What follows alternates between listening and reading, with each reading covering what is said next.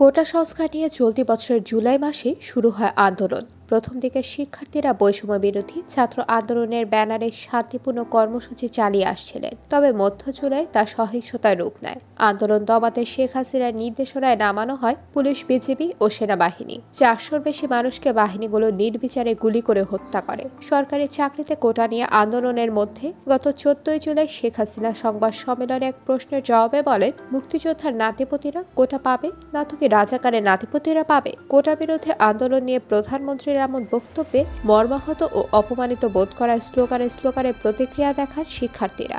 এদিন রাত 10টার পর প্রথম ঢাকা বিশ্ববিদ্যালয়ের বিভিন্ন হলের ভেতরে জড়ো হয়ে স্লোগান আর বিক্ষোভ দেখাতে থাকেন তারা। রাত 11টার পর থেকে 1টা পর্যন্ত বিভিন্ন হল থেকে মিছিল নিয়ে এসে জড়ো হন বিশ্ববিদ্যালয়ের রাজু ভাস্কর্যের সামনে। কোটার বিরোধিতা নিয়ে প্রধানমন্ত্রীর বক্তব্যের বিরোধিতায় তারা টিএসসি ও এর আশেপাশে অবস্থান নিয়ে বিক্ষোভ দেখাতে থাকেন। মাঝে মধ্যে স্লোগানে উচ্চকিত হয়ে ওঠে পুরো এলাকা। ছাত্রদের সঙ্গে ছাত্রীরাও বিভিন্ন হল থেকে বেরিয়ে যোগ দেন মধ্যরাতের বিক্ষোভে।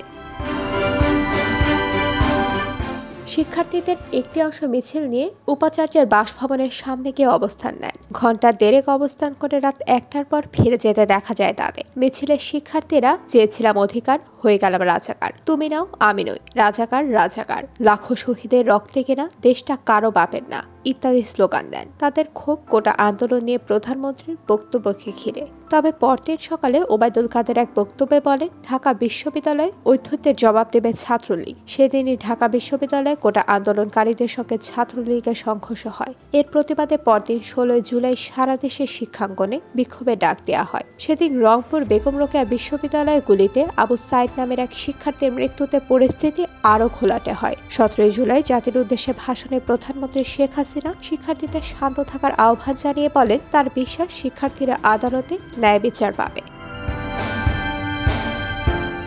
পরের দিন কমপ্লিট শাটডাউন কর্মসূচির ডাক আসে শিক্ষার্থীদের পক্ষ থেকে। সেদিন ঢাকার বাড্ডা, রামপুরা ও উত্তরার সংখ্যাতে বেশ কয়েকজন শিক্ষার্থীর মৃত্যুর পর পরিস্থিতির অবনতি ঘটে। দুপুরের পর রাষ্ট্রীয় বিভিন্ন স্থাপনায় হামলা হতে থাকে। পরে 3-4 দিন ধরে চলে সংঘর্ষ। সরকারি হিসাবে নিহতের সংখ্যা 150 জন হলেও বেসরকারি হিসাবে এ সংখ্যা 300-র কাছাকাছি। কারফিউ জারি করেও পরিস্থিতি নিয়ন্ত্রণে আনতে পারেনি। আন্দোলনে নেতৃত্ব দেওয়া বৈষম্য বিরোধী ছাত্র আন্দোলন অসহযোগ আন্দোলনের ডাক দেয়। সরকার পতনের দাবিও সামনে আসে। প্রধানমন্ত্রী শেখ হাসিনা সে সময় আলোচনার জন্য ডাকলেও শিক্ষার্থীরা তা প্রত্যাখ্যান করেন। শনিবার থেকে পরিস্থিতি আবারও উত্তপ্ত হতে শুরু করে। বৈষম্য বিরোধী ছাত্র আন্দোলনের সমন্বয়ক মোহাম্মদ নাহিদ ইসলাম ঢাকায় কেন্দ্রীয় শহীদ মিনারে বিক্ষোভ সমাবেশ থেকে সরকার পদত্যাগের এক দফা দাবি ঘোষণা করে। জনসমুদ্রে পরিণত হয় এ বিক্ষোভ সমাবেশ।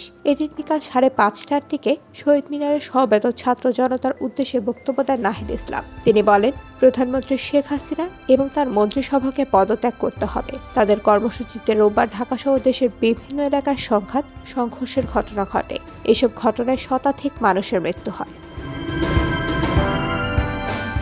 মার্চ টু ঢাকা কর্মসূচির তারিখ পরিবর্তন করে মঙ্গলবারের পরিবর্তে সোমবার পালনের ঘোষণা দেয় তারা। এতে সারা দেশ থেকে আন্দোলনকারীদের ঢাকায় আসার আহ্বান জানানো হয়। এসব ঘটনায় রোববার সন্ধ্যা 6টা থেকে পরবর্তী নির্দেশ না দেওয়া পর্যন্ত কারফিউ বলবৎ করা হয়। এই সিদ্ধান্ত ঢাকাসহ সব বিভাগীয় সদর, সিটি কর্পোরেশন, পৌরসভা, শিল্পাঞ্চল, জেলা ও উপজেলা সদরের জন্য কার্যকর হবে বলে জানায় স্বরাষ্ট্র মন্ত্রণালয়। তবে কারফিউ মানেনি শিক্ষার্থী সহ সাধারণ মানুষ বেরিয়ে আসেন রাস্তায়। এরপর গতকাল উদ্ভূত পরিস্থিতিতে দেশ ছাড়েন প্রধানমন্ত্রী শেখ হাসিনা। দুপুরে শেখ হাসিনা দেশ ছেড়ে যাওয়ার ঘণ্টা খানেকের মধ্যেই প্রধানমন্ত্রী সরকারি বাসভবন গণভবনে প্রবেশ করেন হাজারো ছাত্র জনতা।